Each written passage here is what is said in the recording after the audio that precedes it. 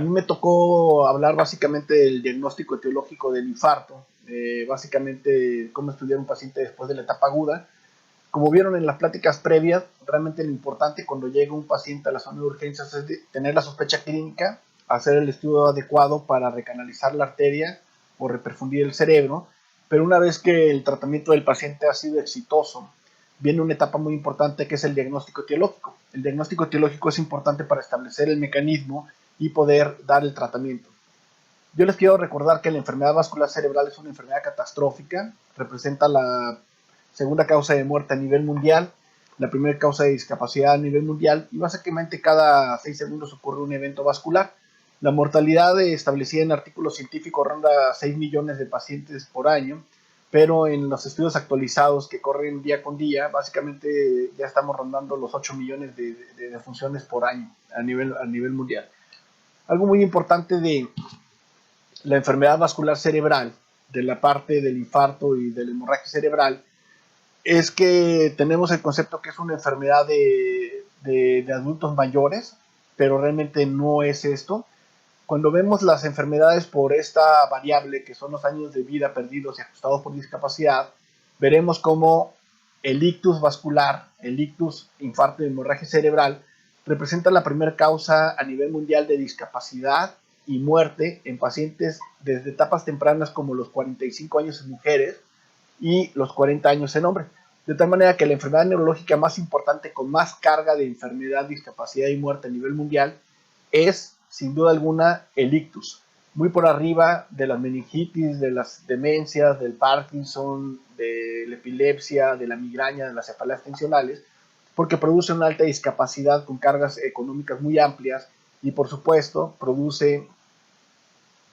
una mortalidad de etapas muy tempranas. Entonces hay que verla como una enfermedad discapacitante y mortal que produce una carga importante a partir de los 45 años en mujeres y 40 años en los hombres, que es una etapa en donde el hombre es totalmente productivo y está económicamente activo. Entonces, lo que vimos en las pláticas previas, el paciente llega a urgencias con algo que se llama déficit neurológico focal agudo. No llega con un diagnóstico de infarto o hemorragia, llega con un déficit focal agudo y el médico de urgencias está obligado a descartar un imitador, ¿no? Como pudiera ser una crisis parcial, como pudiera ser una hipoglicemia, una intoxicación o algún otro problema, y diferenciarlo de lo que realmente puede ser un evento vascular. Para la sospecha de un evento vascular, obviamente tenemos los métodos de imagen que pueden ser tomografía o resonancia, que ya se nos explicó básicamente que parte de la función de los estudios, como la tomografía, es descartar hemorragia y posteriormente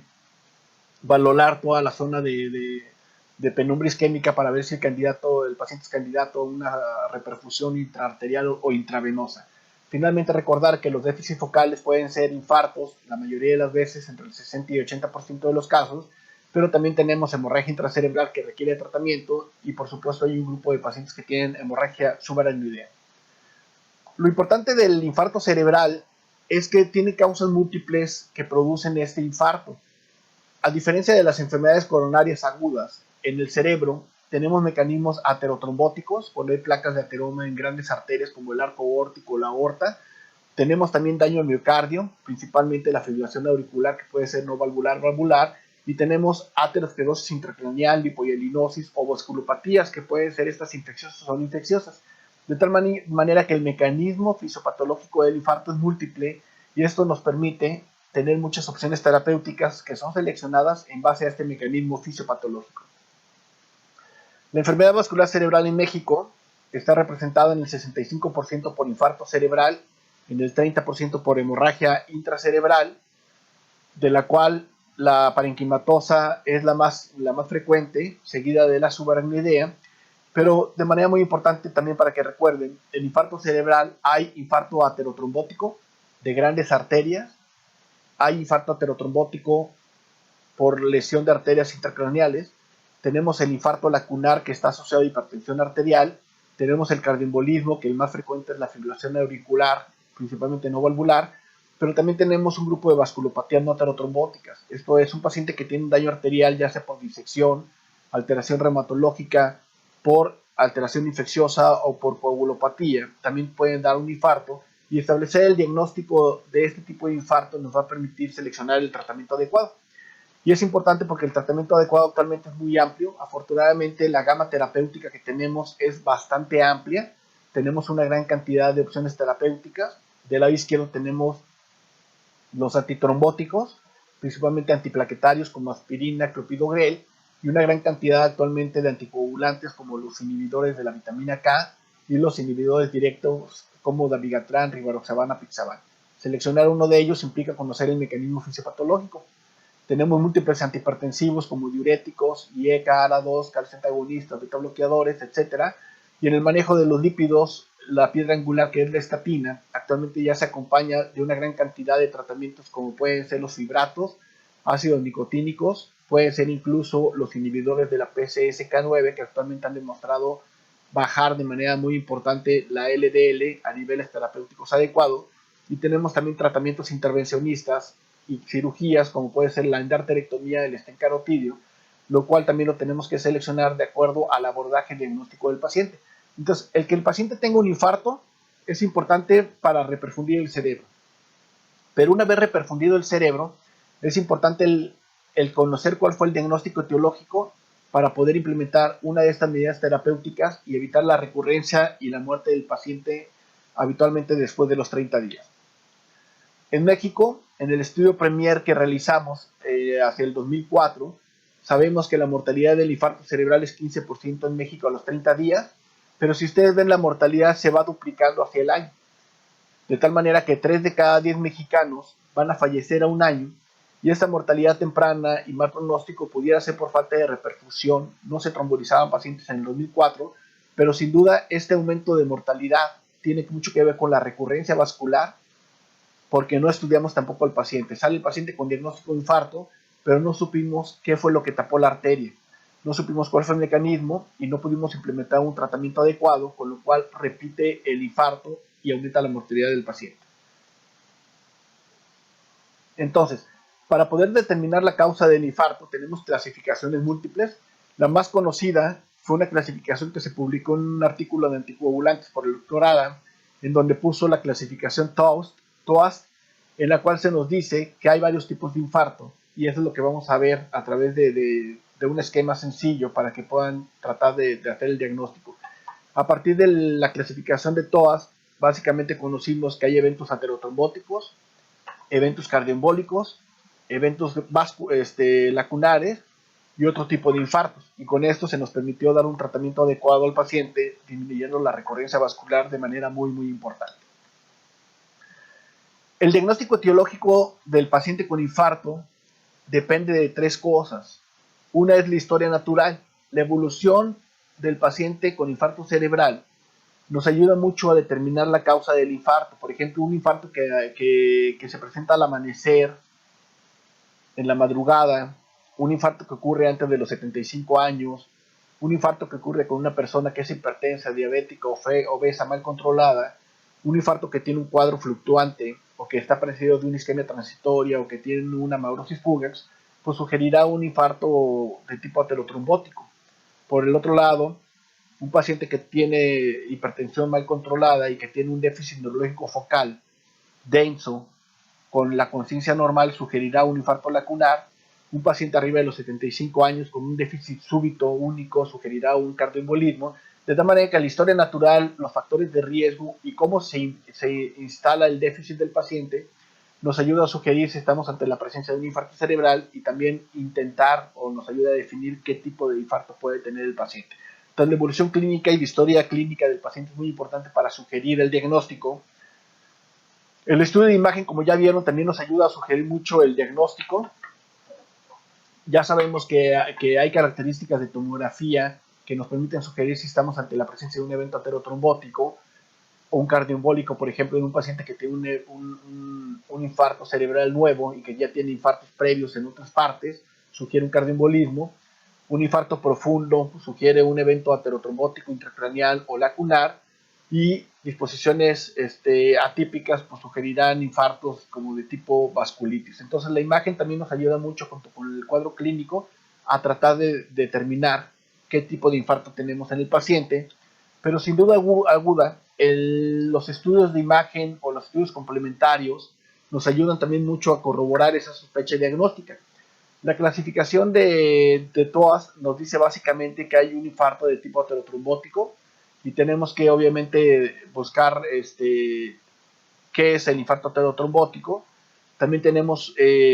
un paciente con infarto cardioembólico cuando tenemos causas de primer orden como prótesis valvulares, estenosis mitral, fibrilación auricular, coágulos en la orejuela izquierda, síndrome de seno enfermo, infarto reciente del miocardio, coágulos en el ventrículo izquierdo, cardiopatía dilatada, segmentos ventriculares asinéticos, la presencia de mixoma auricular y endocarditis infecciosa, sin duda nos harán pensar en un cardioembolismo. Hay el infarto por lesión de pequeño vaso, el infarto lacunar, que ocurre en paciente que es habitualmente hipertenso, mal controlado, y tenemos las causas de otro tipo, que le llamamos en México vasculopatía no aterotrombótica, que puede ser causa desconocida porque ya se estudió completamente, porque no se ha estudiado el paciente, o porque tiene dos grupos diferentes de infarto mayor. Entonces, el hacer un abordaje diagnóstico implica pues, tener una herramienta de diagnóstico que pueden ser amplias o pueden ser escasas dependiendo cómo vayan saliendo los estudios del paciente, pero es muy importante que ustedes reconozcan que el paciente habitualmente lo estudiamos con herramientas muy sencillas como un electrocardiograma desde que llega a urgencias, y esto nos puede dar la posibilidad de tener un diagnóstico temprano y tan sencillo con un estudio como la fibrilación auricular. Una vez que podemos diagnosticar la fibrilación auricular en el paciente con un electrocardiograma, posiblemente tengamos que realizar un ecocardiograma transtorácico para determinar si estamos ante la presencia de una fibrilación auricular valvular o no valvular. Y esto es importante porque el anticoagulante seleccionado es diferente en un valvular, que puede ser un inhibidor de vitamina K, a comparación de una fibrilación auricular no valvular, en donde posiblemente el paciente se beneficie con un inhibidor directo o con uno de los nuevos anticoagulantes como puede ser dabigatran, rivaroxaban o apixaban. Entonces, estudios muy sencillos como el electrocardiograma nos pueden hacer un diagnóstico rápido y corroborar la causa por medio de un ecocardiograma transtorácico. Por otro lado, siempre va a estar la duda si los estudios son normales, qué diagnóstico tiene mi paciente. Entonces, en este caso, habitualmente los estudios que realizamos en paralelo son estudios de ultrasonido, habitualmente ultrasonido de vasos de cuello. Por eso es tan importante que las siguientes pláticas que vamos a ver son de ultrasonido, porque yo estoy bien convencido que los ultrasonidos, tanto carotidios como transcraniales, son herramientas que el clínico tiene que tener en su oficina. Nosotros como neurólogos vasculares muchas veces tenemos ultrasonidos en la oficina y eso nos permite identificar un paciente con infarto de manera muy temprana como portador de una estenosis carotidia severa por arriba del 50%, poder tratar al paciente y poder ofrecer un tratamiento quirúrgico o intervencionista, pero sí es bien importante que los ultrasonidos de carótida y transcranial estén en la oficina del clínico, en la oficina del consultorio del médico para poder hacer el diagnóstico rápido. Un paciente con isquemia transitoria, que el médico le hace un ultrasonido en ese momento, puede diagnosticar una estenosis carotidia severa y mandar al paciente al hospital. En cambio, cuando estos estudios se programan por afuera, habitualmente el paciente tarda en regresar 1, 2 o 3 días, haciendo que el paciente pueda tener un infarto cerebral. Por lo cual, los ultrasonidos de vasos de cuello, principalmente el carotidio y el transcranial, deben estar en la oficina del médico, del clínico que valora al paciente, y no deben mandarse al paciente a un gabinete porque se va a perder mucho tiempo muy valioso en la vida del paciente. Entonces, cuando el paciente llega a urgencias y tiene un electrocardiograma normal y no tenemos fibrilación auricular, el siguiente estudio a realizar es un ultrasonido de vasos de cuello. El ultrasonido me va a permitir a mí poder diagnosticar aterosclerosis extracraneal, y la causa más común es la estenosis carotidia, seguida por la enfermedad vertebral. De tal manera que con un estudio sencillo de ultrasonido, yo puedo determinar si tengo una aterosclerosis intracraneal en un paciente con factores de riesgo, o incluso el mismo ultrasonido me permite a mí diagnosticar causas diferentes, como puede ser una disección carotidia, en la cual yo puedo ver el flap que se presenta en la arteria, y eso me permite a mí establecer un diagnóstico de aterosclerosis o de vasculopatía no aterotrombótica. Hay estudios en paralelos que me permiten a mí poder corroborar si lo que estoy viendo es correcto, y en este caso se puede hacer al paciente una angioresonancia de vasos de cuello para poder determinar si la estenosis que yo estoy viendo está bien calculada. Además de la angioresonancia me permite ver obviamente en dónde está exactamente la estenosis, localizarla anatómicamente para proponer un tratamiento quirúrgico o un tratamiento endovascular en este paciente con estenosis carotídea. Ahora, para sospechar un evento aterotrombótico, lo recomendable que se maneja en las clasificaciones es que la estenosis del paciente sea por arriba del 50% o arriba del 30% si tiene una placa de alto riesgo, como una placa ulcerada o la presencia de un trombo pegado a la placa. Entonces yo puedo hacer un diagnóstico de aterosclerosis intracraneal en el paciente, pero va a llegar el momento en donde algunos pacientes no tengan ni fibrilación auricular, ni tengan aterosclerosis, ni disección carotídea. Entonces tenemos que hacer otro estudio que es el Doppler transcranial. El Doppler transcranial también debe estar en la oficina del médico porque nos va a permitir sospechar en la presencia de aterosclerosis intracraneal en los pacientes que tienen factores de riesgo de tipo vascular como síndrome metabólico, hipertensión, diabetes, obesidad, dislipidemia, tabaquismo, entre otros factores de riesgo, ¿no? O me va a permitir también sospechar alteraciones de flujo en un paciente sin factores de riesgo y me puede hacer sospechar que yo estoy ante la presencia de una vasculopatía intracraneal. Entonces, son dos estudios muy útiles, el Doppler de cuello y el transcraneal, pero que deben de estar de nuevo en la oficina del médico para hacerse en ese momento y tener una sospecha clínica que evite que el paciente tenga un infarto posterior o un empeoramiento clínico al momento de estar teniendo síntomas menores o eventos transitorios.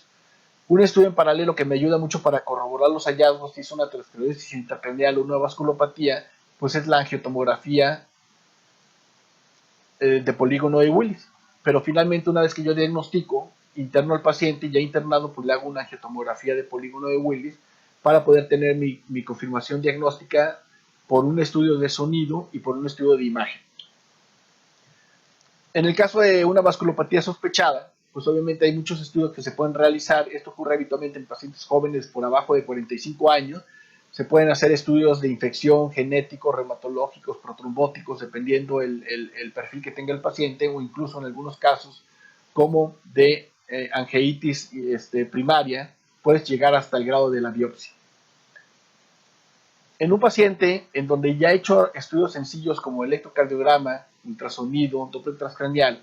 y son los estudios normales, aún tengo la posibilidad de tener otros estudios en paralelo que me permiten seguir avanzando en el diagnóstico. Un estudio muy útil para el paciente es un ecocardiograma transtorácico.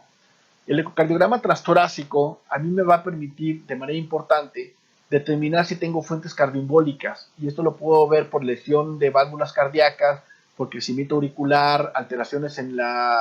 relajación del músculo cardíaco, o puedo tener mucha información que me va a permitir a mí todavía corroborar cardioembolismo diferente de la fibrilación auricular, infarto de miocardio, mixoma auricular, varios diagnósticos o varias fuentes embólicas de primer orden. Si el ecocardiograma transtorácico es negativo y no tengo un diagnóstico de certeza, todavía hay la posibilidad de que le realice al paciente un ecocardiograma transesofágico. La ventaja del ecocardiograma transesofágico es que me va a permitir ver el corazón izquierdo de manera más real y más pegado al ultrasonido, en especial la aurícula izquierda, y me permite a mí hacer diagnósticos muy precisos como identificación de forámenes ovales o de coágulos pequeños dentro de la aurícula o de la orejuela. Yo puedo corroborar posteriormente en el eco transesofágico también fuentes cardioembólicas que se me fueron o que no fueron diagnosticadas por un eco torácico. De tal manera que el transesofágico es útil para corroborar fuentes cardioembólicas, pero también es muy útil porque me permite a mí ver el arco aórtico y sospechar una entidad que se llama aortoembolismo o síndrome de Amarenko, en el cual las placas de ateroma están en el arco aórtico, en el nacimiento de los troncos supraórticos, y estos trombos o placas de ateroma que están localizadas en el arco aórtico pueden mandar coágulos hacia el cerebro y producir infarto lacunar, que habitualmente dejo sin diagnóstico porque no hago un ecocardiograma transesofágico. Entonces es importante tratar de llegar al diagnóstico etiológico del paciente en todos los casos en los cuales los estudios están disponibles, pero finalmente va a haber pacientes en los cuales no se puede hacer un diagnóstico a pesar de hacer electrocardiograma, ultrasonido de cuello, Doppler transcranial, eco transtorácico, eco transesofágico, y en estos pacientes un estudio muy importante es básicamente el Holter, monitoreo Holter de 24 a 48 horas por la geografía digital. Seleccionamos el estudio dependiendo del patrón del paciente. Cuando es un paciente que tiene un infarto de características embólicas, y una historia clínica de características embólicas y la imagen de tomografía de características embólicas, pues lo más correcto es hacer un Holter para monitorizar la frecuencia cardíaca y ver si estamos ante la presencia de una fibrilación auricular, ¿no? O de algo que llamamos actualmente ESUS, que es un infarto embólico de causa no determinada. Entonces, la identificación de un ESUS o un infarto embólico de causa no determinada nos obliga a hacer un Holter para diagnosticar fibrilación auricular, pero si no se encuentra la fibrilación auricular en el corte, yo diagnostico ESUS, y aún en estos pacientes hay la posibilidad de hacer un monitoreo a largo plazo, que es la implantación de un loop recorder o un marcapaso transitorio que se coloca de manera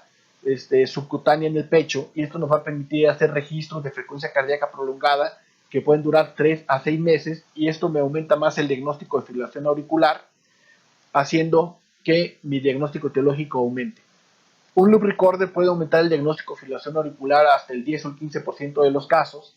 pero aún así, a pesar de que tenga Holter o loop recorder, una gran cantidad de los pacientes se diagnosticarán como esos, finalmente. Si por el otro lado el cuadro clínico del paciente sugiere que es una vasculopatía intracraneal, una vasculitis, tiene cuadro febril, es un paciente muy joven, posiblemente el estudio indicado en este paciente que no tiene diagnóstico sea la angiografía de sustracción digital. Esa angiografía digital me va a permitir a mí, pues, diagnosticar casos de aterosclerosis intracraneal que no se hayan identificado por Doppler transcraneal, o me va a permitir a mí realmente diagnosticar una vasculopatía intracraneal, como básicamente son las vasculitis del sistema nervioso central, vasculitis secundarias a procesos infecciosos, vasculitis secundarias a problemas reumatológicos o trastornos genéticos que pueden producir infarto cerebral. De tal manera que este es el abordaje diagnóstico del paciente con infarto cerebral después de haber sido reperfundido. Es muy importante estudiar la causa del infarto, porque si no la estudiamos, no vamos a saber si el paciente tiene una enfermedad cardioembólica como la fibrilación auricular, no vamos a saber si tiene una aterosclerosis extracraneal, intracraneal, no vamos a saber si el paciente tiene una vasculopatía nototrombótica o si el paciente tiene un aortoembolismo, y si no estudiamos al paciente, no vamos a saber qué tratamiento médico darle. Y la conclusión de no darle un tratamiento adecuado al paciente es la recurrencia y en muchos casos la muerte del paciente, por lo cual es bien importante hacer estudios de manera ordenada para tratar de llegar a un diagnóstico etiológico y ofrecer un buen tratamiento. De nuevo, es muy importante que todos los estudios que realizamos, electrocardiograma, Holter, ecocardiograma transtorácico, transesofágico y angiografías, estos son estudios que hace el cardiólogo o se tienen que hacer a nivel hospitalario, pero el ultrasonido de vasos de cuello y el Doppler transcranial son dos herramientas que deben de estar de nuevo en el consultorio del médico que se dedica a ver pacientes con infarto cerebral para poder hacer diagnóstico temprano y evitar la recurrencia temprana y la muerte del paciente por andar mandando un paciente a un gabinete y perder 1 o 2 días en que el paciente se haga los estudios y luego regresar al consultorio. Hay clasificaciones nuevas que nos permiten ser un poquito más asertivos en el diagnóstico. Esta es una modificación de la clasificación TOAS que se hace de manera electrónica, que nos permite hacer un poquito más correcto el diagnóstico, pero finalmente seguimos diagnosticando aterosclerosis intracraneal, cardioembolismo, infarto lacunar, otras causas de infarto. Lo que se ha modificado un poquito es los diagnósticos. Actualmente ya diagnosticamos un infarto aterotrombótico evidente, ¿sí? Cuando tenemos una estenosis mayor del 50% o del 30 al 50% cuando hay un factor de riesgo importante como una placa ulcerada o un trombo en la placa. Tenemos diagnóstico de infarto ateroscleroso o aterotrombótico probable y posible, con lo cual podemos hacer mucho más asertivo el diagnóstico y podemos seleccionar el tratamiento adecuado y ser más agresivos o menos agresivos con el tratamiento dependiendo si tenemos un evento evidente, probable o posible. Lo mismo ocurre con el cardioembolismo, por lo cual es muy importante que lean esta clasificación, aquí está la cita, para que puedan determinar el infarto del paciente aterotrombótico, cardioembólico lacunar, y dependiendo de lo que encuentren ustedes en los estudios, pues determinar si es evidente, probable o posible. Hay una clasificación muy útil que yo les recomiendo que la revisen ustedes, que es la clasificación ASCO, que está publicada ya hace algún tiempo por Amarenco, en donde básicamente nos dice también que hay varias fuentes embólicas o aterogénicas que se tienen que identificar, pero nos permite entender realmente que el paciente con infarto cerebral a veces tiene causas múltiples. A veces tengo un paciente de 75 años con fibrilación auricular y que además le encuentro una estenosis carótida del 80%, 90%, y yo tengo que determinar si el tratamiento del paciente va encaminado a la aterosclerosis o al cardioembolismo, dependiendo del tipo clínico y los estudios que encuentre. Pero es muy común esta gráfica, encontrar pacientes que tienen patología múltiple, y eso es lo que hace que el paciente con infarto cerebral sea complejo en el manejo. Pero es muy importante reconocer que el paciente tiene una causa o dos causas, pero tenemos que encontrar todas las causas posibles para poder dar un tratamiento oportuno y adecuado. Esta clasificación ASCO también les recomiendo que la lean, porque viene bien definido cuáles son los criterios mayores para poder diagnosticar un evento aterotrombótico y un evento cardioembólico para poder definir los tratamientos del paciente.